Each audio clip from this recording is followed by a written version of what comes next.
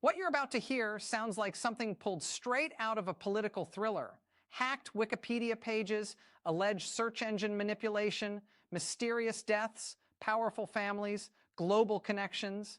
But instead of reacting emotionally, we need to slow down and separate three things very carefully: verified facts, documented allegations, and internet-fueled speculation.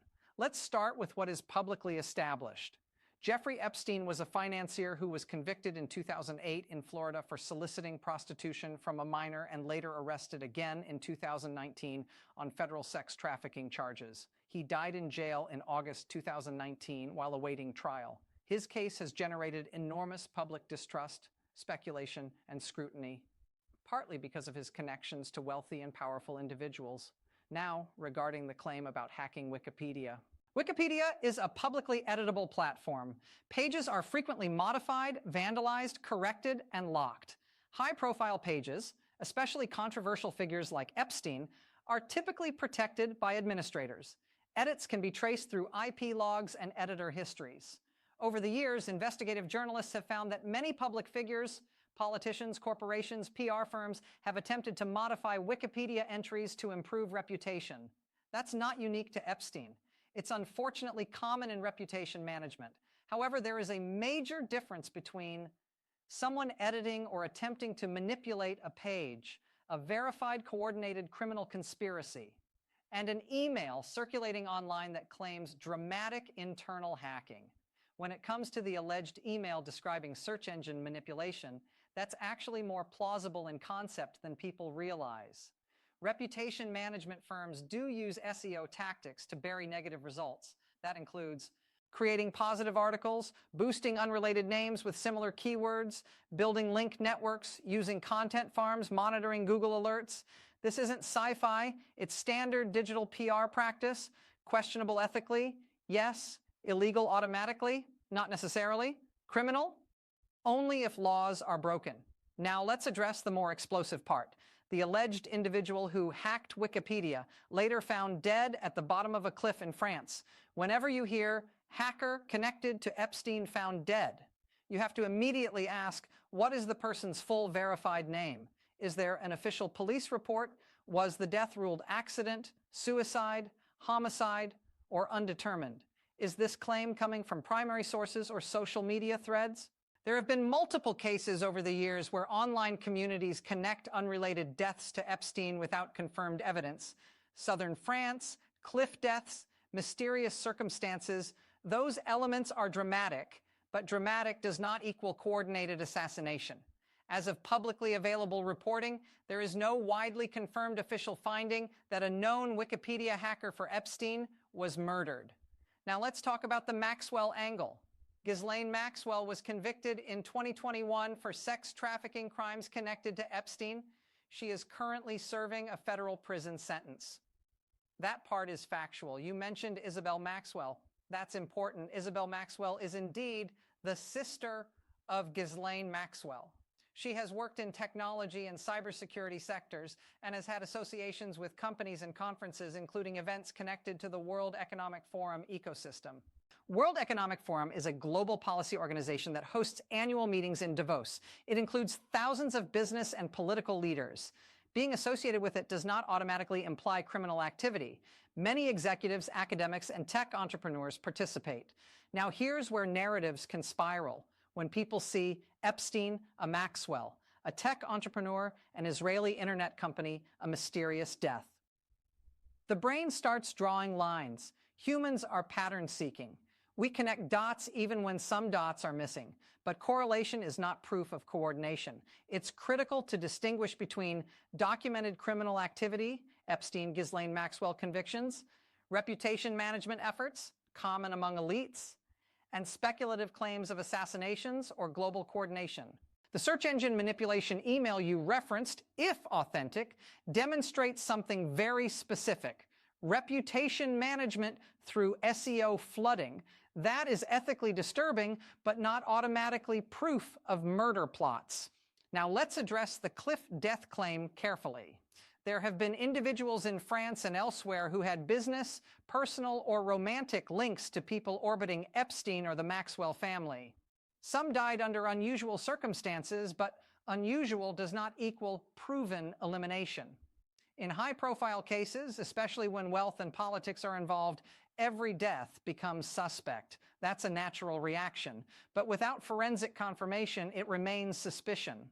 One of the most dangerous dynamics in the Epstein story is that it blends real corruption with speculative expansion. Epstein absolutely had powerful connections. There were documented failures in the justice system. There were plea deals widely criticized. There were institutional blind spots. But when speculation outruns documentation, it weakens legitimate accountability. Because once the narrative becomes, they control everything, they kill anyone, they manipulate all systems, then it becomes unfalsifiable. And unfalsifiable claims cannot be proven, which ironically protects real wrongdoing from being cleanly prosecuted. The verified story is already disturbing. A wealthy financier abused minors. Powerful people associated with him. A controversial plea deal occurred in 2008. He died in federal custody. His associate was convicted. That alone is serious. Now, regarding the alleged hacking and blocking IP addresses, that part of the email, if real, suggests someone claiming to interfere with Wikipedia editing. But Wikipedia infrastructure is highly monitored. Blocking IP addresses across the platform isn't something a random contractor can permanently control without administrator-level access. That would require significant breach, and there would likely be public documentation. So the key question becomes, has any mainstream investigative body confirmed this hack? Or is the email simply being reposted without forensic verification? When analyzing explosive claims, you look for court records, police statements, named investigators, independent verification, multiple credible news outlets. Without that, we're in the realm of allegation. And here's the reality. Epstein's story is disturbing enough without adding unverified assassinations and global secret control narratives. If there was coordinated search engine manipulation, that is plausible and ethically troubling. If there were attempts to clean up Wikipedia, that is plausible and historically common among controversial figures. If someone connected socially to a Maxwell died in France, that may be tragic and mysterious. But connecting all of those into a singular proven global conspiracy requires evidence beyond shock value. Now let's move deeper, not into speculation, but into structure. Because the real story here isn't just about one email, one alleged hacker, or one suspicious death. The real story is about how power protects itself and how information is shaped, suppressed, amplified, or distorted in the digital age. First, let's address something important. Reputation management around Jeffrey Epstein absolutely would have been a priority for anyone in his position after 2008. When he entered a controversial plea deal in Florida, his public image shifted permanently. From that point forward, his name was tied to criminal conduct. Wealthy individuals in that position don't just sit back and accept reputational collapse. They hire attorneys, they hire PR firms, they hire digital consultants. That's standard crisis response. Search engine manipulation, sometimes called online reputation management or ORM, is a real industry. Firms use tactics like publishing optimized articles to outrank negative coverage, creating alternate keyword associations, generating backlinks to push certain pages higher, flooding search results with unrelated but similarly named individuals.